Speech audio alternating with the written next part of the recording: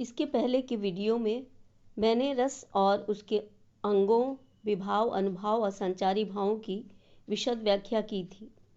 आज मैं 11 रसों को परिभाषित करते हुए सरल उदाहरणों द्वारा प्रत्येक रस के स्वरूप को स्पष्ट करूंगी। पहला रस है श्रृंगार रस।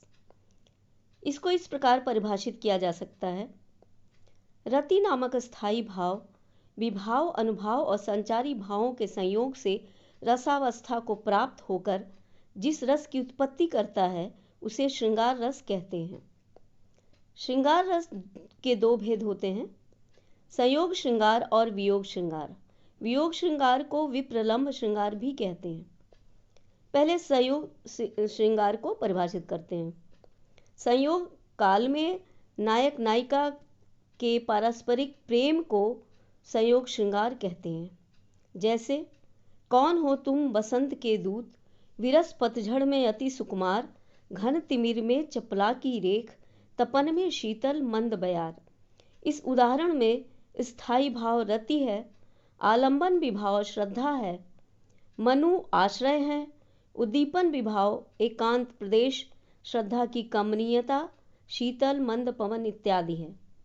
मनु के हर्ष, आशा, चपलता इत्यादि भाव ही संचारी भाव हैं। अब आइए वियोग श्रृंगार को परिभाषित करते हैं।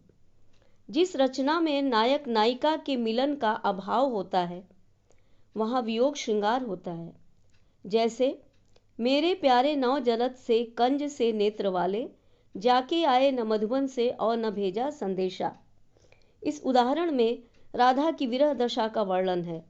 इसमें स्थायी भाव रति, आश्रय राधा है, आलंबन विभाव श्री कृष्ण और कृष्ण का वियोग एवं उनके सौंदर्य का स्मरण उद्दीपन विभाव है। स्मृति, रुदन, चपलता, आवेग इत्यादि संचारी भाव है। अब आते हैं दूसरे रस, हास्य रस पर।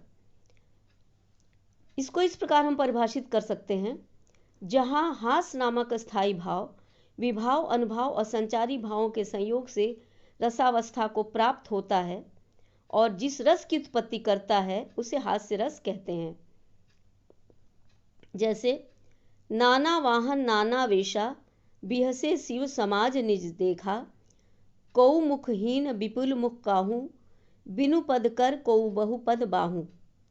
शिव विवाह के समय की ये पंक्तियां हास्य रस की उत्पत्ति में सहायक हैं। इसमें स्थायी भाव हास, आलंबन विभाव, शिव समाज, आश्रय शिव हैं, स्वयं शिव ही हैं। उद्दीपन विभाव विचित्र वेशभूषा अनुभाव, शिव जी का हंसना एवं संचारी भाव रोमांच, हर्ष इत्यादि हैं।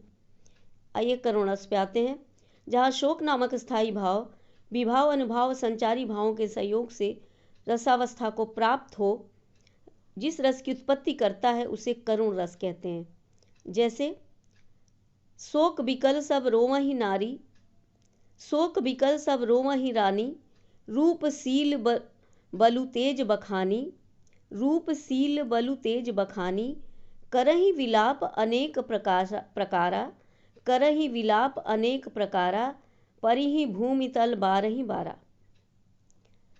अब इसमें करुण रस का वर्णन है और हर रस और जो भी जितने भी रस हैं सबको पूरी तरह व्याख्यायित करना, आश्रय, स्थायी भाव, विभाव, अनुभाव, ये संभव नहीं है। इसलिए संक्षेप में आइए आगे बढ़ते हैं। वीर रस, जहाँ उत्साह नामक स्थायी भाव विभाव, अनुभाव और संचारी भावों के संयोग से रसावस्था को प्राप्त होता है वहाँ वीर रस की उत्पत्ति होती है। जैसे वीर तुम बढ़े चलो, धीर तुम बढ़े चलो, सामने पहाड़ हो, सिंह की दहाड़ हो।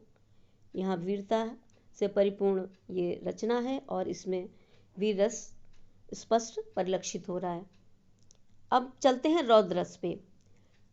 क्रोध नामक स्थायी भाव विभाव, अनुभाव और संचारी भावों के संयोग से रसावस्था को प्राप्त हो जिस रस की उत्पत्ति करता है उसे रौद्र रस कहते हैं। जैसे श्री कृष्ण के सुन वचन अर्जुन, क्षोभ से जलने लगे, सब शील अपना भूल कर तल युगल मलने लगे। आइए भयानक रस पे आते हैं। भय नामक स्थायी भाव विभाव, अनुभाव, संचारी भावों के संयोग से रसावस्था को प्राप्त हो, जिस रस की उत्पत्ति करता है उसे भयानक रस कहते हैं। जैसे उधर गरजती सिंधु लहरियां कुटिल काल के जालों सी, चली आ रही फेन उगलती फन फैलाए ब्यालों सी। बीभत्स रस, जहाँ जुगुप्सा नामक अस्थायी भाव विभाव, अनुभाव और संचारी भावों के संयोग से रसावस्था को प्राप्त हो, जिस रस की उत्पत्ति करता है उसे बीभत्स रस कहते हैं। जैसे सिर पर बैठ्यो काग, आंख दो खात निकारत, खींचत जीभहि स्यार, अति आनंद उर धारत। अद्भुत रस, विस्मय नामक स्थायी भाव विभाव, अनुभाव और संचारी भावों के संयोग से रसावस्था को प्राप्त होकर जिस रस की उत्पत्ति करता है उसे अद्भुत रस कहते हैं। जैसे अखिल भुवन चर अचर सब, हरि मुख में लखिमातु, चकित भई गदगद वचन, विकसित दृग पुलकातु। शांत रस पे आते हैं। निर्वेद नामक स्थायी भाव विभाव, अनुभाव और संचारी भावों के सहयोग से रसावस्था को प्राप्त हो शांत रस में परिवर्तित हो जाता है। जैसे अबलो नसानी अब ना नसै हूँ, राम कृपा भो निशा सिरानी, जागे फिर न डसै हूँ। वात्सल्य रस, वत्सलता नामक स्थायी भाव विभाव, अनुभाव, संचारी भावों के संयोग से रसावस्था को प्राप्त हो वात्सल्य रस में परिवर्तित हो जाता है। जैसे कीलकन कान घुटुरवन आवत, मणिमय कनक नंद के आंगन, बिंब पकड़बे धावत। भक्ति रस, देव विषयक रति नामक स्थायी भाव विभाव, अनुभाव, संचारी भावों के संयोग से रसावस्था को प्राप्त हो भक्ति रस में परिणित हो जाता है। जैसे पुलक गात हियसी रघुबीरू, जिह नाम जप लोचन नीरू। इस उदाहरण में आश्रय भरत हैं, श्री रघुनाथ जी आलंबन है, श्री राम के गुणों का ध्यान ही उद्दीपन विभाव है और पुलक गात संचारी भाव। नेत्रों से अश्रु बहना, जिह्वा का राम नाम जप भी अनुभाव है। अब रस यहीं समाप्त करते हैं। धन्यवाद।